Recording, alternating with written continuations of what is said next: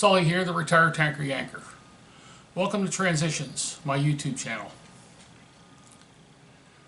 I'd like to welcome any and all new subscribers, and those of you watching this who are not subscribers, all I can ask you is to please hit that subscribe button, hit that notification bell. I hope I'm pointing in the right direction here. And be sure to drop a comment. Now, before I get going here, I want to address something that's been on my mind lately, and that's something that people think they're going to grow their YouTube channel by requesting a sub for sub. I hate to tell you this, people, but that's a violation of YouTube's policy. If you just do a sub for sub, chances are you're going to get bounced. And you ask me to sub to your channel, if I sub to yours, we're both going to get bounced. We're both going to lose subscribers. We're thinking we're doing good.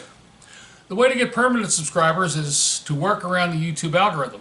And to do that, basically what I need you to do is, if you come to my channel, watch a video, and subscribe then. And be sure you watch the video all the way through, because you never know, I might leave a little surprise at the end. Drop a comment, but in that comment, do not ask me to sub back to your channel. In fact, don't even ask me to sub to your channel. Just drop a comment. Say, hey, Sully, nice video. Or, hey, Sully, you suck. You're not going to offend me if you tell me I suck. You're not the first person to say that. And I know that at some things I suck. So, especially singing.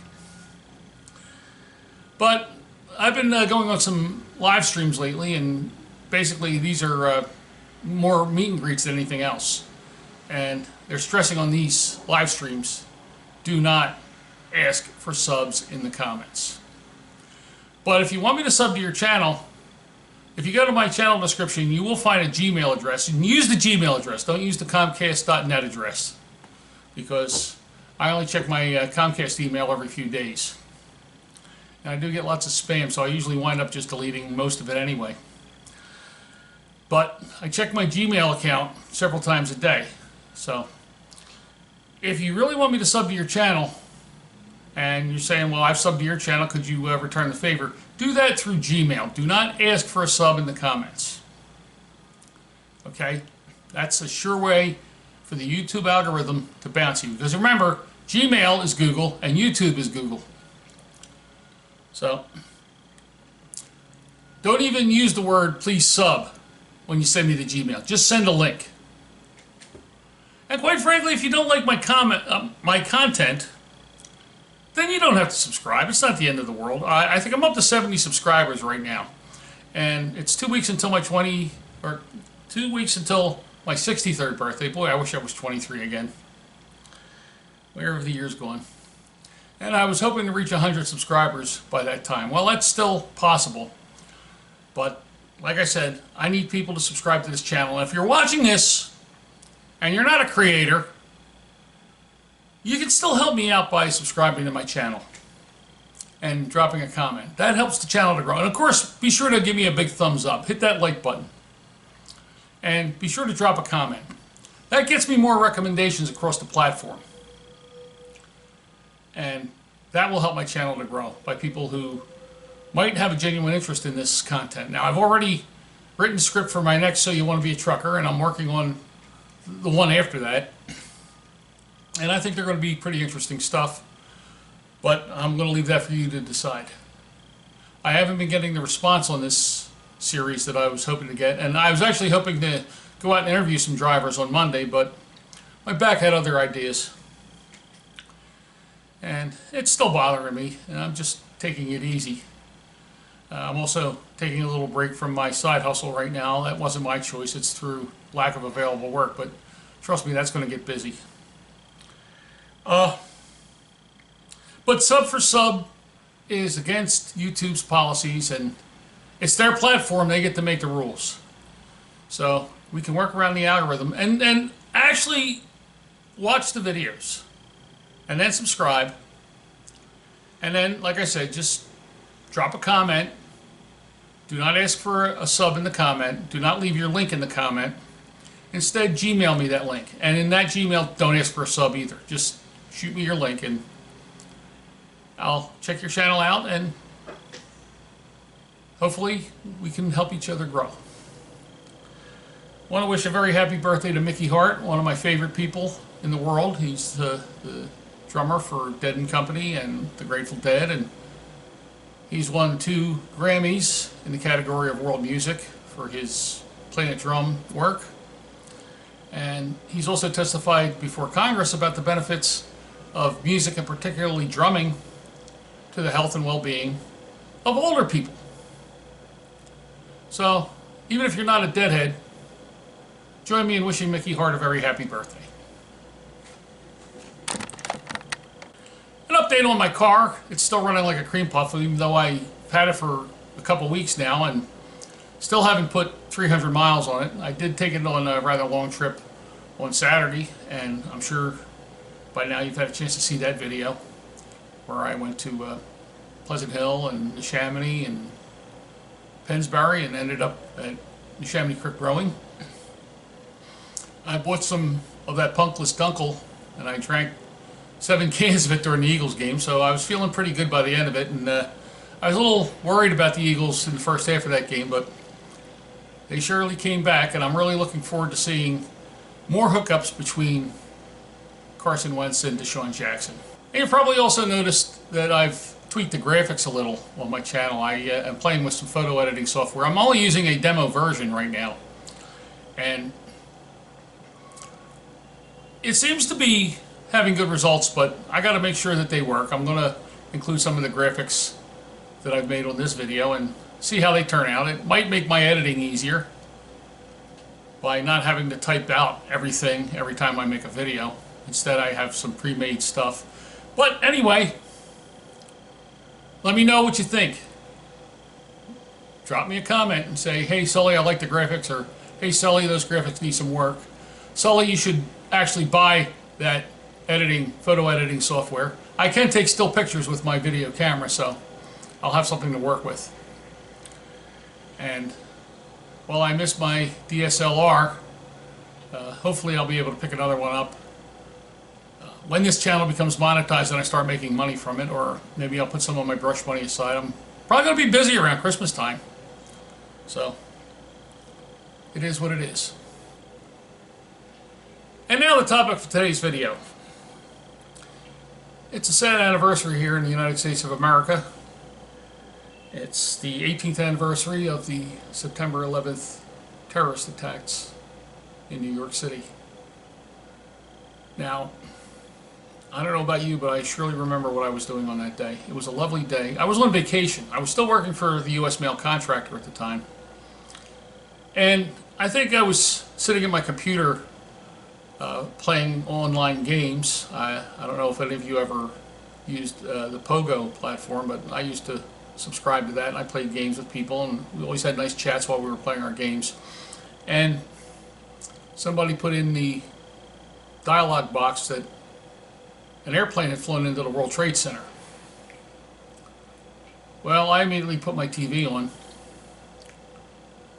and I watched in horror as the second plane hit the other tower. Now, as I said, this was my vacation, and it was a lovely, lovely, lovely late summer day here in Philadelphia. And I knew that when my vacation was over, I was about to start on a new bid run from Philadelphia to Springfield, Massachusetts. And the first thing I thought of was, well, they're going to close all those bridges down. So I called the terminal manager. He had just started in the job, and I had only met him on a couple times, but I asked him, I said, what's happening? He says, well, as of right now, we're pretty much shut down going up there, but they're expecting it to be open by the time you have to make your run. And I thought, well, that's comforting, but as of right now, we really didn't know what was going on. I mean, we hadn't even confirmed that it was a terrorist attack, even after the second plane hit, and the plane hit the Pentagon in Washington, and another plane crashed out in western Pennsylvania. But what was going through my mind is, what does this world come to? Why are people so fanatical about an ideal that they feel that they not only have to take their life for it, but they have to kill innocent people in the name of their cause. Now, I like to keep religion and politics out of my videos, so I won't go there. But I'll just say that you have to have a sick, twisted, demented mind to think that I'm going to kill myself, but I'm going to take 3,000 people with me. If you think that's going to get your point across, oh, well, these people will change their mind. Now they know that we mean business. Really? The resolve that we Americans felt on that day was something like I've never known in my life. I could only equate it with how my parents must have felt on December 7th, 1941. And to think that our country became so divided afterwards, when we were, for that brief golden moment, united as a country. Why can't we go back to that again? Why can't we understand that people have different points of view? People have opinions. It's a shame that we have to be divided because of the person that we vote for. We have to be divided by the church that we go to. We have to be divided by the language that we speak, the place where we were born. These things don't make sense to me. I mean, it's those differences, it's those diversities that makes America great. And that's what makes America great, diversity. The fact that we were forged as a nation in a great melting pot, people from all over. And yes, there are people that want to come to this country to make a better life. I just wish that they would do it legally. If you want to come to this country legally, I welcome you.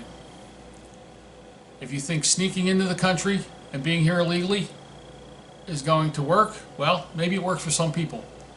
I think everybody should have a chance. But at least try to do it by the rules. And we have to get it in our heads that illegal immigration isn't only the southern border.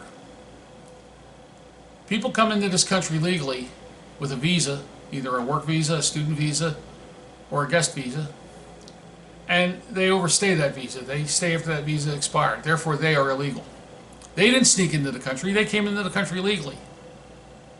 They remained in the country illegally. But a lot of these people who come to the country legally, especially people on work or student visas, get a Social Security card, get jobs, work, pay taxes.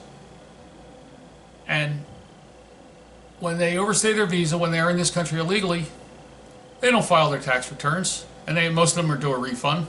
They're paying into Social Security and Medicare, even though they're ineligible for these benefits. You know, if you want to do it legally, that's fine with me. And if you want to even become a citizen, that's fine with me. But unfortunately, the American dream is global. And people from around the world think all I have to do is go to America and I'll get the American dream. Well, part of the American dream is that there's a lot of people around this world that hate America. And they want to do harm to America. And they do it by flying airplanes into our buildings, by setting off bombs. And they think if they sacrifice themselves in order to take out Americans, they're going to get some kind of eternal reward. Well, Christians, Muslims, and Jews worship the same God, the God of Abraham. So I don't know how people from different religions can worship the same God and yet say, well, he likes me better than you. Or he's going to reward me and punish you. I mean, live and let live. And don't hate. I think that's the lesson we learned from 9/11, that to hate is wrong. And to hate the group is even more wrong. My recollections of that day, we're talking to friends, and I was on the phone with my friend Bob. He was still living in this area. He lives in Delaware now, but he was living in this area. In fact, he was at work, and I called him. And while I was talking to him, I watched one of the towers fall down. And that's when I realized that this thing was huge. But also somewhere in the back of my mind was the idea that in 2 days I'm going to have to drive up that way. This is still going to be going on, and I'm going to go right by it. I was actually one of the first trucks to cross the George Washington Bridge after it reopened, and they weren't collecting tolls, they were just letting us roll. But as I'm driving across the Cross Bronx in the early hours of September 13th, it was that smell. It was that god-awful smell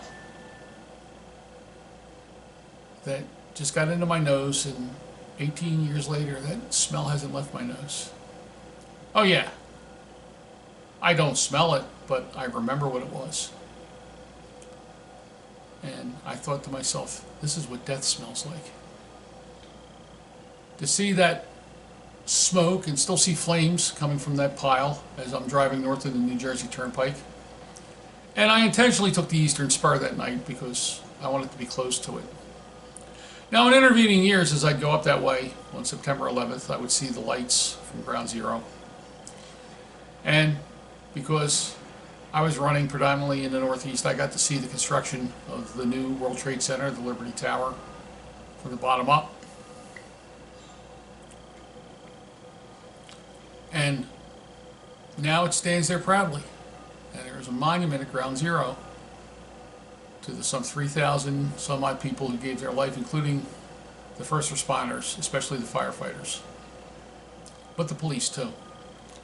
And the sad thing is, people are still dying from the effects of 9/11. First responders who were exposed to that god-awful smell, to those god-awful fumes, to that god-awful poison in the air. People have developed health problems that haven't gone away, and people are still dying from it.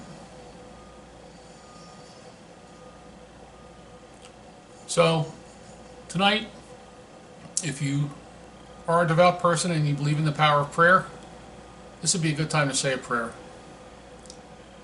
If you're not a believer, or if you're not a devout person, and you think that thoughts and prayers are pretty empty, at least remember what happened 18 years ago today. Remember the people who lost their lives. Some of them actually jumped to their own death rather than die a terrible death in that inferno or in the collapse.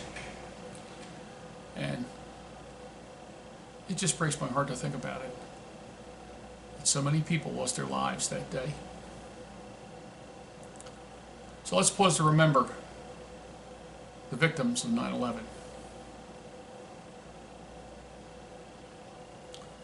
For transitions, this is Sully, a retired tanker yanker. Safe and happy travels.